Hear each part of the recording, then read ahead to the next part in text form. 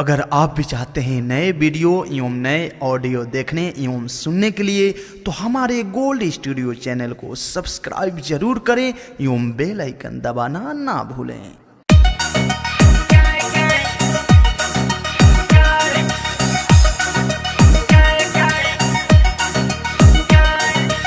Produced by Gold Studio।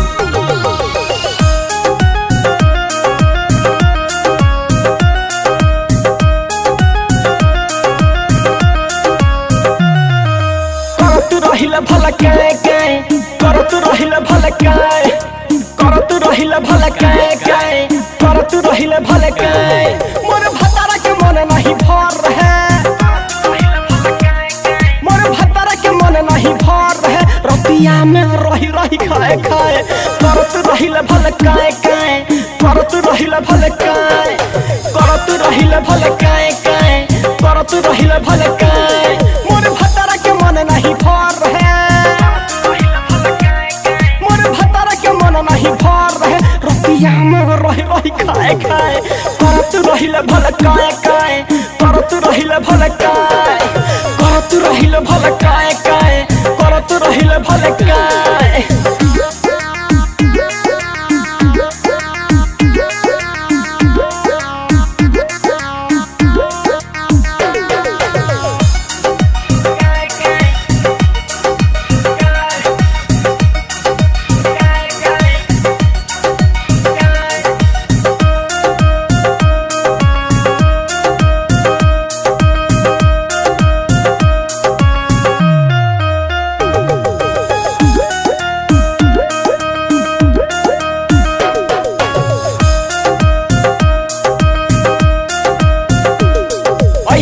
Feeling जगा देला सगर हो बदन गरम बेला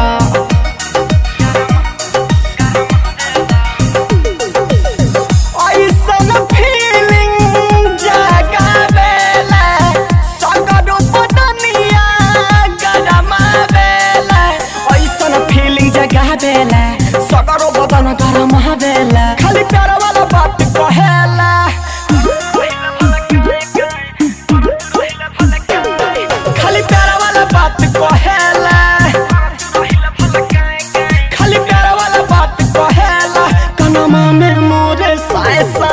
करत रहिल भला करत रहिल भला करत रहिल भला करत रहिल भला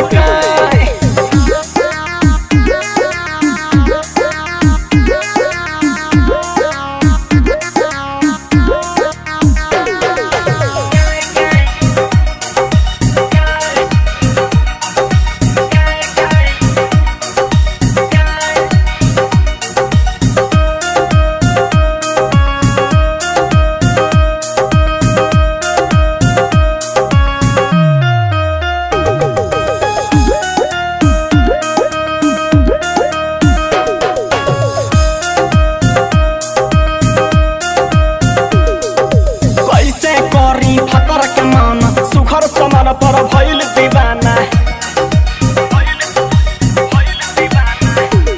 कैसे कादी भतारा के माना सुखर समान पर भइल दीवाना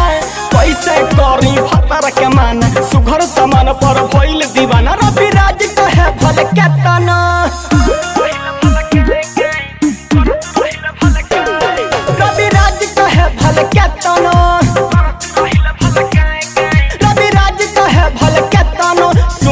चंचल को नहीं बुझाए करत रहिल भला